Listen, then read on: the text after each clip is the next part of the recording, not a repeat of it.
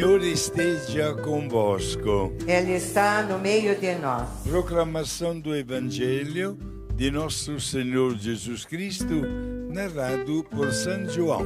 Glória a vós, Senhor. Naquele tempo, Jesus disse à multidão: Eu sou o pão da vida. Quem vem a mim não terá mais fome.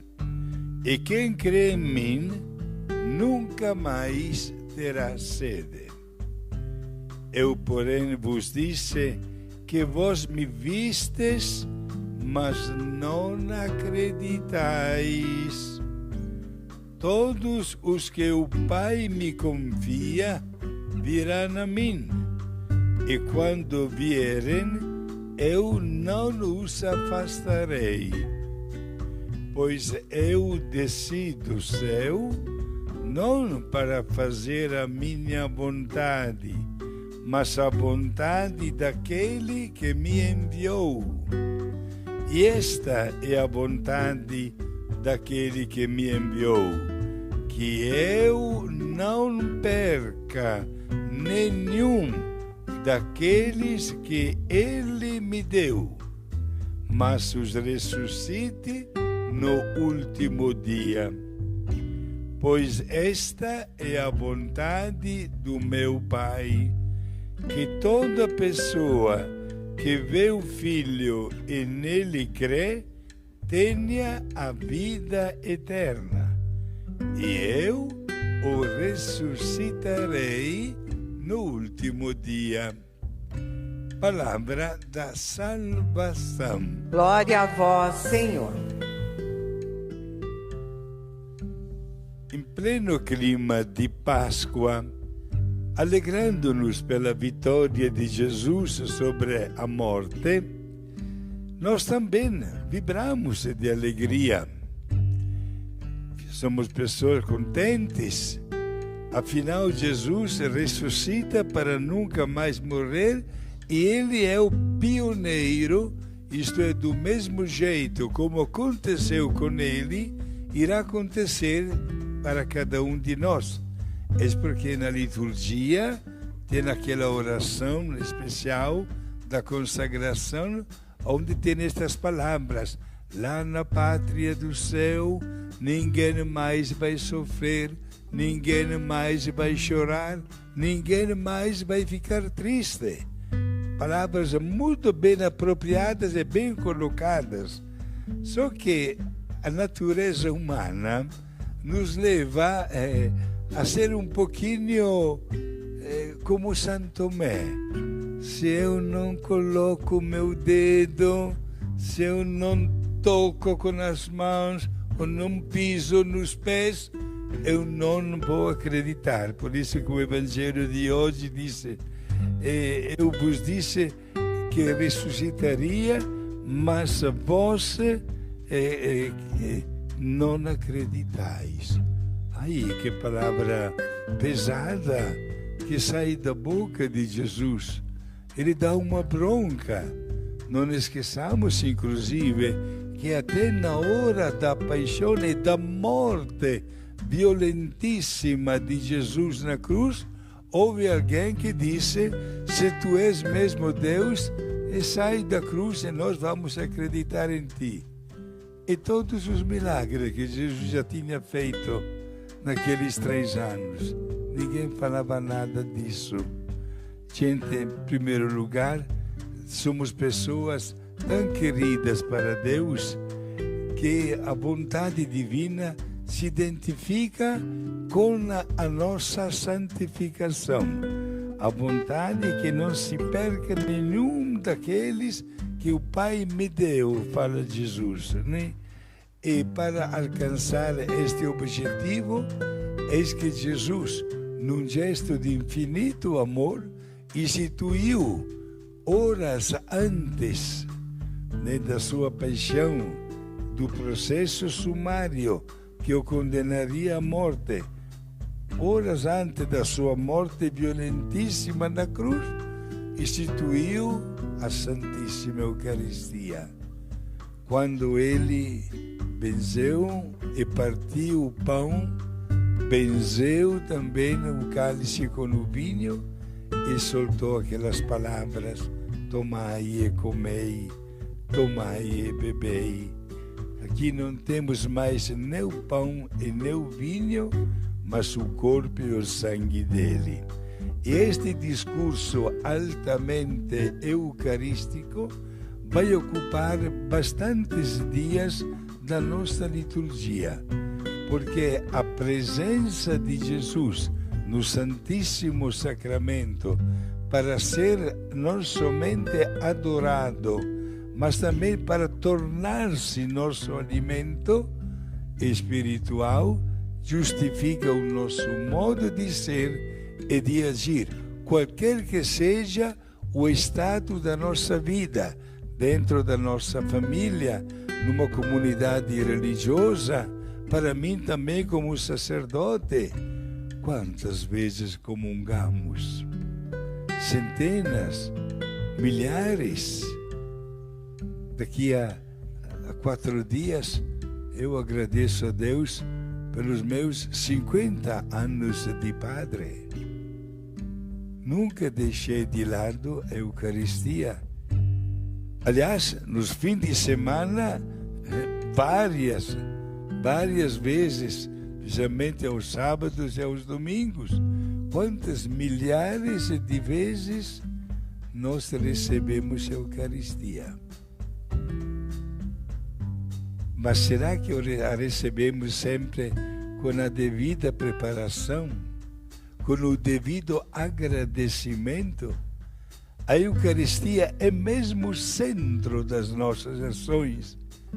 Mas alguém poderia dizer: Padre, o senhor é como sacerdote, mas nós aqui em família não podemos ir todo dia nem na igreja, temos nossos afazeres na família, e tantas vezes os nossos horários não batem, é verdade.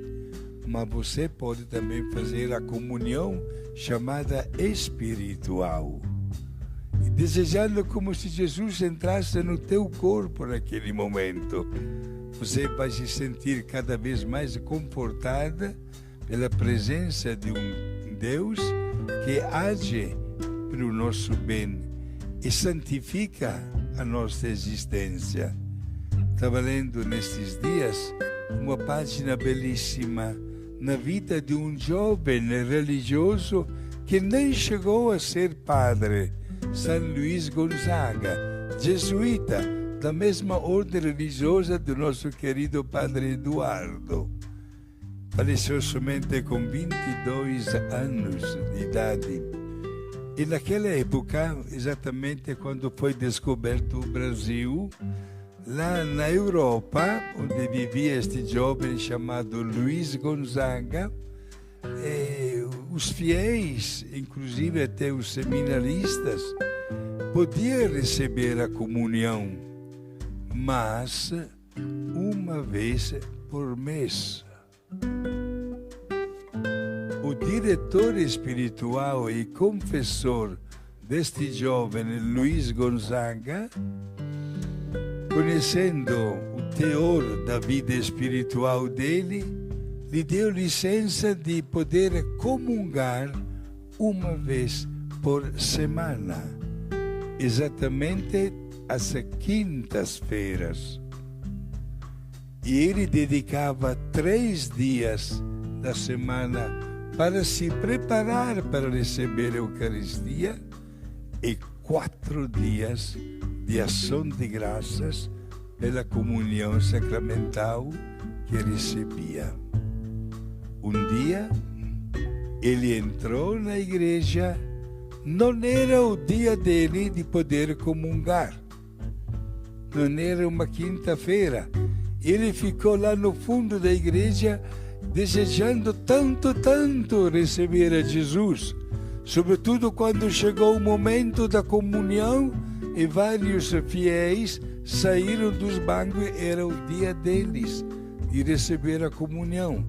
Ele ficou com aquela angústia lá no fundo da igreja, perto da porta, mas tanto desejava receber a Jesus.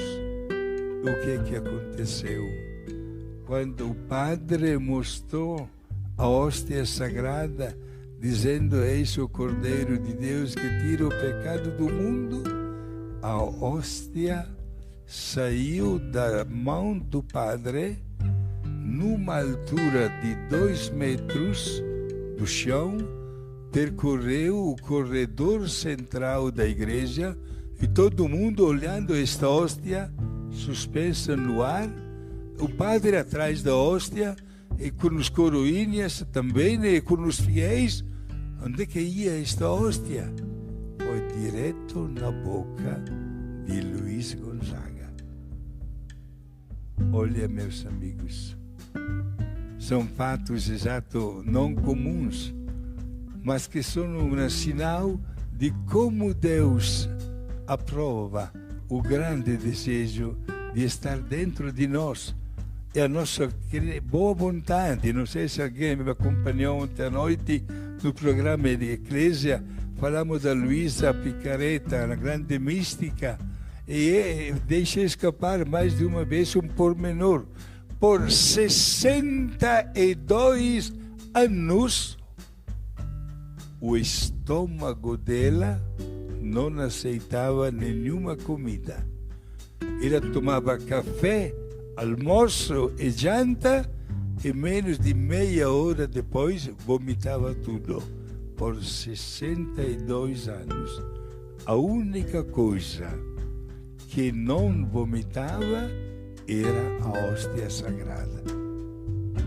E o bispo daquela cidade ficou, digamos assim, abismado e encantado ao mesmo tempo deste fenômeno meio estranho de uma mulher, não era religiosa, não, uma mulher simples, e pediu ao Papa uma permissão que fosse celebrada a Santa Missa diariamente com a comunhão, né, para esta mística dentro do quarto dela.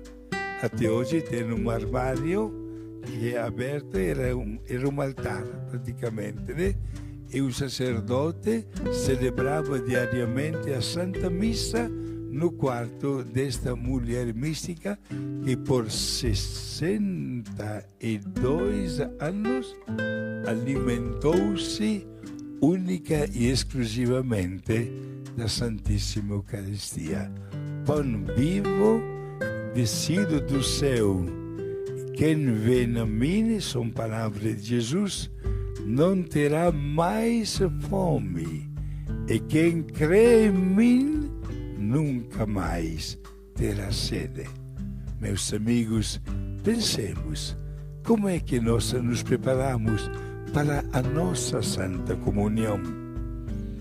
Dedicamos um tempo hábil também para agradecer a Deus diariamente por este gesto da sua vinda dentro do nosso corpo. Animados pela presença de Jesus, a nossa vida tem um sentido bem diferente e melhor, e nós estaremos agraciados por uma presença divina que nos leva a santificar o nosso dia a dia. Seja louvado Jesus Cristo. Para sempre seja louvado.